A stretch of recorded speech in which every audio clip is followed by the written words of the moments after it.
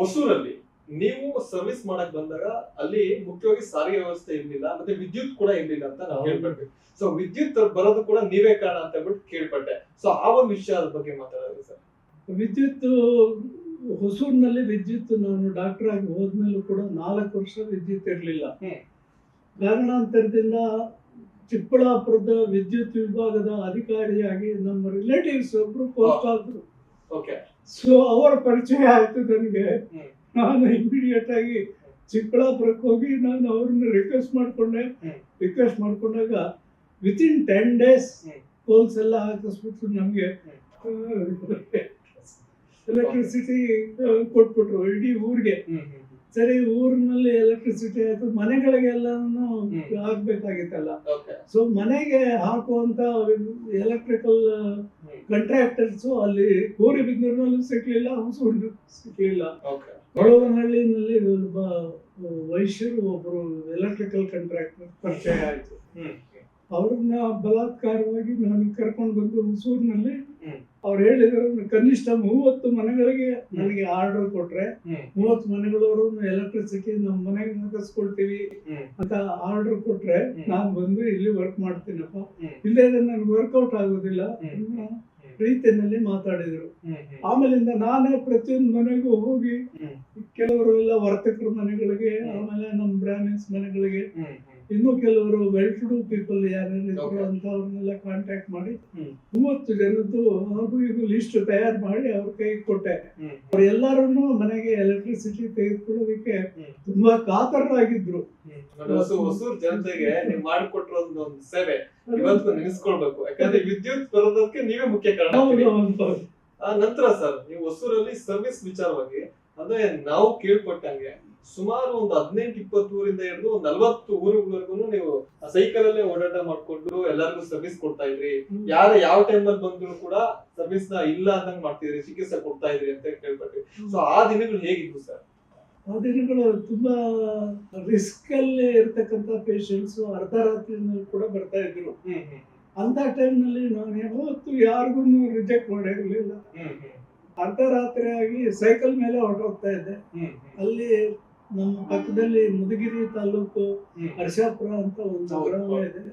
ಅಲ್ಲಿ ಧನಕುಮಾರಯ್ಯನವರು ಅಂತ ಒಬ್ರು ಇದ್ರು. ಅವ್ರಿಗೆ ಅಕಸ್ಮಾತ್ ಟ್ಯೂಬರ್ಕ್ಲೋಸಿಸ್ ಅಟ್ಯಾಕ್ ಆಯ್ತು. ಟ್ಯೂಬರ್ಕ್ಲೋಸಿಸ್ ಅಟ್ಯಾಕ್ ಆದಾಗ ಆ ಟೈಮ್ ನಲ್ಲಿ ನಾವು ಎವ್ರಿ ಡೇ ಒಂದು ಇಂಜೆಕ್ಷನ್ ಕೊಡ್ಬೇಕು, ಸ್ಟ್ರೆಪ್ಟೊಮೈಸಿನ್ ಇಂಜೆಕ್ಷನ್. ಅದನ್ನ ಅವ್ರಿಗೆ ಹೊಸೂರಿಗೆ ಬರೋದಕ್ಕೆ ಆಗ್ತಾ ಇರ್ಲಿಲ್ಲ. 1 ತಿಂಗಳ ಕಾಲ ನಾನು ಹರ್ಷಾಪುರಕ್ಕೆ ಬಸ್ನಲ್ಲಿ ಹೋಗಿ ಅವ್ರಿಗೆ ಇಂಜೆಕ್ಷನ್ ಕೊಟ್ಟು ವಾಪಸ್ ಬರ್ತಾ ಇದ್ದೆ. ಸೊ ಹೀಗಾಗಿ ಅವರಗಳ ಒಂದು ಸಹಾಯನು ಪಡೆದುಕೊಂಡು ಅನೇಕ ರಚನಾತ್ಮಕ ಕಾರ್ಯಗಳನ್ನು ಮಾಡೋದಕ್ಕೆ ಮೆಡಿಕಲ್ ಫೀಲ್ಡ್ ಅಲ್ಲಿ ಸಾಧ್ಯ ಆಯ್ತು. ಹರ್ಷಾಪುರದ ಸುತ್ತಮುತ್ತಲು ಇರ್ತಕ್ಕಂಥ ಕೈರನಹಳ್ಳಿ ಆಗ್ಬೋದು, ಚನ್ನಸಾಗರ ಆಗ್ಬೋದು, ಅಲ್ಲಿನ ತನಕ ನಮ್ಮ ವ್ಯಾಪ್ತಿ ಗೌರಿಬಿದನೂರಿಗೆ ಹೆಚ್ಚಿಗೆ ಬರ್ತಾ ಇರ್ಲಿಲ್ಲ. ಅಪ್ ಟು ಗುಂಡಾಪುರ ಅಲ್ಲಿಂದ ಮುಂದಕ್ಕೆ ಎಲ್ಲ ಮಾಧವರಾವ್ ಡಾಕ್ಟರ್ ನೋಡ್ಕೊಳ್ತಾ ಇದ್ರು. ಆಮೇಲೆ ಈ ಒಂದು ವಿಚಾರ ಮಧ್ಯರಾತ್ರಿ ಕೂಡ ತುಂಬಾ ಜನಕ್ಕೆ ಎಮರ್ಜೆನ್ಸಿ ಇದ್ದಾಗ, ಅಂದ್ರೆ ಮುಖ್ಯವಾಗಿ ಹೆರಿಗೆ ವಿಚಾರಕ್ಕೆ ಬಂದಾಗ ಆ ಟೈಮಲ್ಲಿ ಯಾರು ಇರ್ಲಿಲ್ಲ. ಆ ಟೈಮಲ್ಲಿ ನೀವೇ ಹೋಗಿ ಆ ಒಂದು ಚಿಕಿತ್ಸೆ ಕೊಡ್ತಾ ಇದ್ರಿ ಅಂತ ಹೇಳ್ಬಿಟ್ಟು ಕೇಳ್ಪಟ್ವಿ ಸರ್. ಆ ಒಂದು ಪ್ರಸಂಗಗಳ ಬಗ್ಗೆ ಮಾತಾಡಿದ್ರೆ ಅಲ್ಲ, ಅನೇಕ ಪ್ರಸಂಗಗಳಲ್ಲಿ ಹೆರಿಗೆ ನೋವು ಕಂಡು ಬಂದಾಗ ಹೆಣ್ಮಕ್ಳಿಗೆ ಅವ್ರ ಊರಿನಿಂದ ನಮ್ಮ ಹಾಸ್ಪಿಟಲ್ ತನಕ ಬರೋದು ಕೂಡ ಅನುಕೂಲ ಇಲ್ಲದೆ ಇರ್ತಕ್ಕಂತ ಒಂದು ಸನ್ನಿವೇಶ ಉಂಟಾಗ್ತಾ ಇತ್ತು. ಅಂತ ಟೈಮ್ನಲ್ಲಿ ಅವ್ರು ಬಂದು ನನ್ನನ್ನ ರಿಕ್ವೆಸ್ಟ್ ಮಾಡ್ಕೊಳ್ತಾ ಇದ್ರು.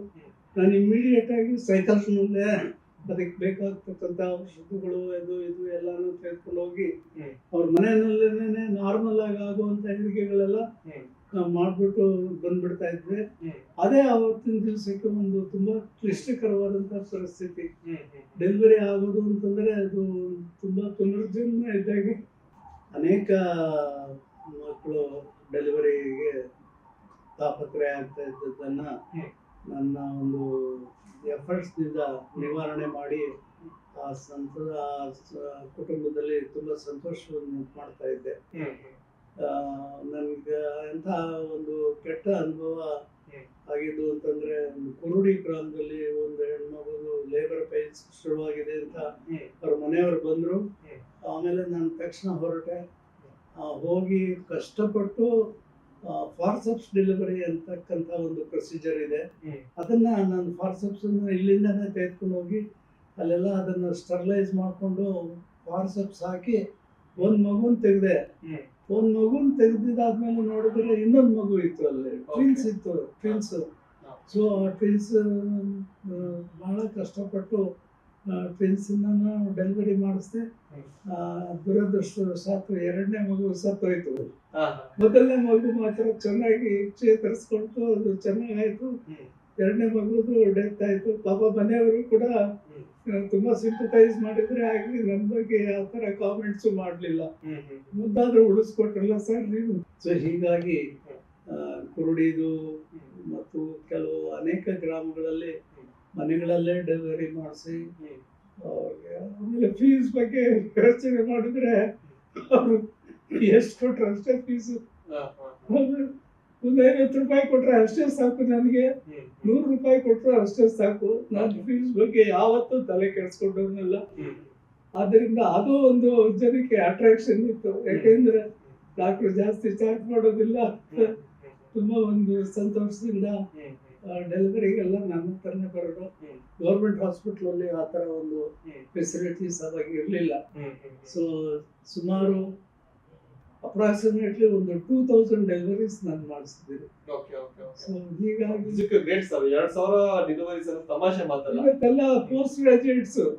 ನನ್ನ ನಂತರ ನನ್ನ ಕೈನಲ್ಲಿ ಹುಟ್ಟಿದಂತ ಅನೇಕ ಮಕ್ಕಳು ಪೋಸ್ಟ್ ಗ್ರಾಜುಯೇಷನ್ ಮಾಡಿ ಡಿಫ್ರೆಂಟ್ ಅಪಾರ್ಟ್ಮೆಂಟ್ಸ್ ನಲ್ಲಿ ಇರ್ತಕ್ಕಂಥವ್ರು ಅವಾಗ ಅವ್ರು ಸಿಗ್ತಾ ಇರ್ತಾರೆ. ನೀವೇ ಸರ್ ನಾವು ಮಾಡಿಸಿದ್ದು ಹೇಳಿದಾಗ ನನಗೆ ತುಂಬಾ ಸಂತೋಷ ಆಗುತ್ತೆ. ಅಷ್ಟೇ ಆಗಲಿ, ಇನ್ನೇನು ವ್ಯಕ್ತಪಡಿಸೋದಕ್ಕೆ ಸಾಧ್ಯ ಆಗೋದಿಲ್ಲ. ಸೊ ಹೀಗಾಗಿ ಡೆಲಿವರೀಸ್ ಬಹಳ ಕಷ್ಟ ಆಯ್ತು. ಮುಖ್ಯವಾಗಿ ಆಗಿನ ಟೈಮಲ್ಲಿ ಸಾಕಷ್ಟು ರೋಗಗಳು ತುಂಬಾ ಇರ್ತಾ ಇತ್ತು. ಈ ಯಾವ ರೋಗಗಳು ಆ ಟೈಮಲ್ಲಿ ನೋಡ್ತಾ ಇದ್ವಿ? ಅವಾಗೆಲ್ಲ ತುಂಬಾ ಜಾಸ್ತಿ ಅಂದ್ರೆ ಟ್ಯೂಬರ್ಕ್ಲೋಸಿಸ್, ಆಮೇಲೆ ಲೆಪ್ರಸಿ. ಲೆಪ್ರಸಿ ಅಂತೂ ನಮ್ಮ ಪಕ್ಕದ ಊರು ಮುದುಗೆರೆ ಇದೆಯಲ್ಲ, ಮುದುಗೆರೆನಲ್ಲಿ ಜೀರಿಗೆಪೇಟೆ ತವರು ಮನೆ ಆಗೋಗ್ಬಿಟ್ಟಿತ್ತು. ಜೀರಿಗೆಪೇಟೆದಲ್ಲಿ every house was a leprotic house and every fellow alternate fellow was a leprosy patient. ಅಂತದ್ರಲ್ಲೂ ಅವ್ರಿಗೂ ಎಲ್ಲಾನು ಟ್ರೀಟ್ಮೆಂಟ್ ಕೊಡ್ತಾ ಇದ್ದೆ. ಪಾಪ ರೆಗ್ಯುಲರ್ ಆಗಿ ತೆಗೆದುಕೊಳ್ಳೋದು. ಆಮೇಲೆ ಅದು ಒಂದ್ ಸಾರ್ತಿ ಬಂದ್ಮೇಲೆ ಹೋಗೋದು ತುಂಬಾ ಕಷ್ಟ ಆದ್ರೂ ಕೂಡ ಟ್ರೀಟ್ಮೆಂಟ್ ತಗೊಂಡು ವಿರುಲೆಂಟ್ ಆಗದೆ ಇರೋ ಹಾಗೆ ನೋಡ್ಕೊಳ್ತಾ ಇದ್ರು ಪೇಷಂಟ್ಸ್. ಸೊ ಅಂತ ವಿಷಯದಲ್ಲಿ ನನ್ನ ಒಂದು ಸಹಾಯ ಅವ್ರಿಗೆ ಹೆಲ್ಪ್ ಆಗ್ತಾ ಇತ್ತು. ಮುಖ್ಯವಾಗಿ ಸರ್, ನಿಮ್ಮ ಒಂದು ವೃತ್ತಿ ಜೀವನದಲ್ಲಿ ಒಂದು ಮೈಲುಗಲ್ಲು ಅಂತಂದ್ರೆ ಕುರುಡಿ ಗ್ರಾಮದಲ್ಲಿ ಬಂದಿರುವಂತ ಕಾಲರ ರೋಗನ ನೀವು ನಿಭಾಯಿಸ್ತೀರಿ. ಆ ಒಂದು ರಿಸ್ಕ್ ತಗೊಂಡು ಕಾಯಿಲೆನ ನಿರ್ಣಯ ಮಾಡ್ತೀರಿ. ಆ ಒಂದು ವಿಷಯದ ಬಗ್ಗೆ ಮಾತಾಡಿದ್ರಿ ಸರ್. ಒಂದು ಪೇಷಂಟ್ ಮಧ್ಯಾಹ್ನ 12 ಗಂಟೆಗೆ ಗಾಡಿನಲ್ಲಿ ಹಾಕೊಂಡು ಬಂದ್ರು. ಅವನಿಗೆ ವಾಂತಿ ಭೇದಿ ಇತ್ಯಾದಿ ಎಲ್ಲ ಆಯ್ತು. ಅವನಿಗೆ ಇಮಿಡಿಯೇಟ್ ಆಗಿ IV ಫ್ಲೂಯಿಡ್ಸ್ ಎಲ್ಲಾನು ಹಾಕೊಂಡು ಸುಧಾರಿಸ್ಕೊಂಡು ಅವ್ನು ಸ್ವಲ್ಪ ಚೇತರಿಸ್ಕೊಂಡ. ಅದಾದ್ಮೇಲೆ 1-2 ಗಾಡಿಗಳು ಬರೋದಕ್ಕೆ ಶುರು ಆಯ್ತು. ಅಂಥದ್ದೇನೆ ಕುರುಡಿಯಿಂದಾನೆ ಎಲ್ಲಾನು ಬರ್ತಾ ಇತ್ತು. ಆಮೇಲೆ ನನ್ನ ಕೈಲಾಗೋದಿಲ್ಲಪ್ಪ ಇಲ್ಲಿ ಸುಧಾರಿಸೋದಕ್ಕೆ ಅಂತ ನಾನೇನೆ ದಂಡೆಯಾಗಿ ಒಂದಷ್ಟು IV ಫ್ಲೂಯಿಡ್ಸ್, ಅದಕ್ಕೆ ಬೇಕಾಗುವಂತ ಕೆಲವು ಮೆಡಿಸಿನ್ಸ್ ಇದು ನಮ್ಮ ಹತ್ರ ಏನೇನು ಇರುತ್ತೋ ಎಲ್ಲಾನು ತೆಗೆದುಕೊಂಡು ಕುರುಡಿಗೆ ಹೊರಟೋಗ್ಬಿಟ್ಟೆ ನಾನು. ಕುರುಡಿಗೆ ಹೋಗ್ಬಿಟ್ಟು ಅಲ್ಲಿ ಎಲ್ಲರ ಮನೆಗಳಲ್ಲೂ ನಾನು ಟ್ರೀಟ್ಮೆಂಟ್ ಮಾಡ್ತಾ ಇದ್ದಾಗ ತುಂಬಾ ಇಂಟೆನ್ಸಿಫೈ ಆಗ್ತಾ ಇದೆ ಅನ್ನುವಂತ ಒಂದು ಭಯ ನನಗೆ. ಸುಮಾರು ಒಂದು 27 ಜನವರೆಗೂ ಸತ್ತಿದ್ರು ಆ ಟೈಮಲ್ಲಿ. ಹೌದು. ಅವಾಗ ಕುರುಡಿಯಿಂದ ನಾನು ನಮ್ಮ ಶಾಸಕರಿಗೆ ಫೋನ್ ಮಾಡಿದೆ.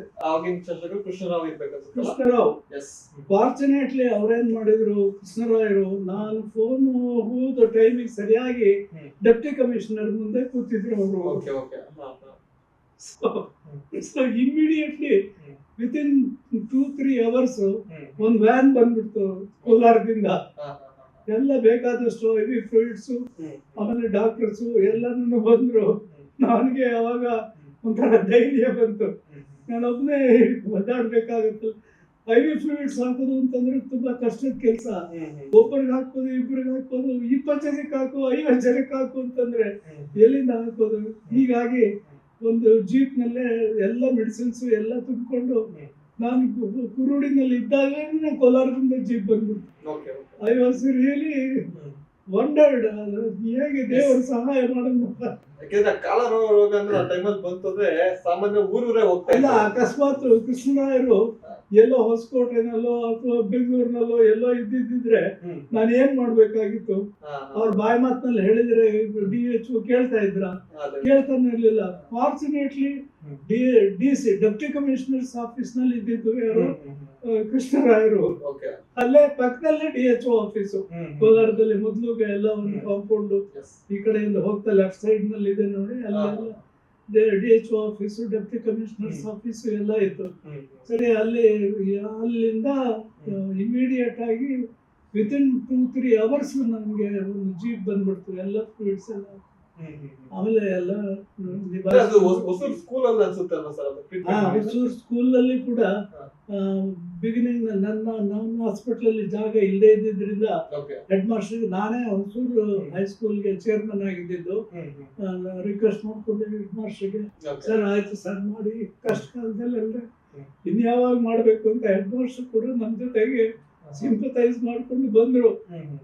ಅವಾಗ IV ಫ್ಲೂಯಿಡ್ಸ್ ಹಾಕ್ಬೇಕು, ಹ್ಮ್. ಸ್ಟ್ಯಾಂಡ್ಗಳು ಇರಲ್ಲ, ಹಾ, ಹಾ, ಹಾ. ಎಲ್ಲಿಂದ ತರಬೇಕು ಸ್ಟ್ಯಾಂಡ್? ಆದ್ರಿಂದ ಏನ್ ಮಾಡೋದೆ, ಈ ಕಡೆ ಕಿಟಕಿಯಿಂದ ಆ ಕಡೆ ಕಿಟಕಿಗೆ ಬಲವಾದಂತ ಹಗ್ಗಗಳು ಕಟ್ಟಿ ಓ, ಓ, ಓ, ನೋಡಿ ಆ ಒಂದು ಇಲ್ಲದಿರುವಂತ ಸಮಯದಲ್ಲಿ ಏನೋ ಒಂದು ಬೇರೆ ಮ್ಯಾಜಿಕ್ ಮಾಡಿದೀರಿ. ಹಗ್ಗಗಳು ಕಟ್ಸಿ ಒಬ್ಬರ ಪಕ್ಕದಲ್ಲಿ ಒಬ್ಬರು ಮಲಗಿಸಿ ಹಾ, ಹಾ. ಅವರೆಲ್ಲ IV ಫ್ಲೂಯಿಡ್ಸ್ ಎಲ್ಲ ಗೌರ್ಮೆಂಟ್ ಹಾಸ್ಪಿಟಲ್ ನನಗೆ ಹೆಲ್ಪ್ ಮಾಡಿದ್ರು. ಅವಾಗ Okay, okay. ಸಿಸ್ಟರ್ಸ್ ಎಲ್ಲ ಬಂದ್ರು, IV ಫ್ಲೂಯಿಡ್ಸ್ ಹಾಕೋದಕ್ಕೆ ನನಗೆ ಹ್ಮ್, ಹೆಲ್ಪ್ ಮಾಡಿದ್ರು. ಅವರು ಎಲ್ಲ ಜಾಯಿನ್ ಆದ್ರು. ಹ್ಮ್.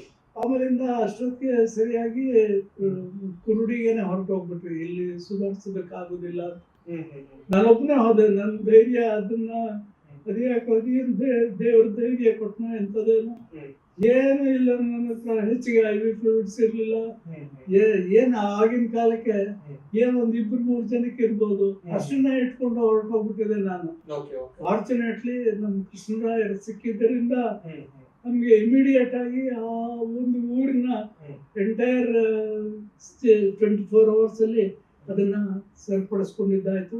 Okay. ಊರಿನ ಎಲ್ಲಾ ಬಾವಿಗಳಿಗೂ BSc ಪೌಡರ್, ಹ್ಮ್, ಹ್ಮ್. ಕಾನ್ಸಂಟ್ರೇಟೆಡ್ BSc ಪೌಡರ್ ಹಾಕಿ ಹ್ಮ್. ಊರಿನಲ್ಲಿ 24 ಅವರ್ಸ್ ನೀರು ಸೇರ್ಬೇಡಿ ಅಂತ ಅವರಿಗೆಲ್ಲ ಹ್ಮ್, ಅಡ್ವೈಸ್ ಮಾಡಿ, ನೀರು ಬೇಕಾದ್ರೆ ಊರಾಚೆ ಇರ್ತಕ್ಕಂಥ ಹ್ಮ್. ಕೆಲವು ಬಾವಿಗಳಲ್ಲಿ ತಂದ್ಕೊಳ್ಳಿ ಅಂತ ಹೇಳಿ. ಹ್ಮ್. ಆಮೇಲೆ 24 ಅವರ್ಸ್ ಆದ್ಮೇಲೆ ನೀರು ತಿಳಿ ಆಯ್ತು, ಸ್ಟರೈಲ್ ಆಯ್ತು. ಹ್ಮ್, ಹ್ಮ್. ಬಾವಿ ನೀರು ಕೂಡ ಬಾವಿ ನೀರು ಸೇರ್ಕೊಂಡು ಹ್ಮ್, ಹ್ಮ್. ಉಪಯೋಗಿಸೋದಕ್ಕೆ ಶುರು ಮಾಡಿದ್ವಿ.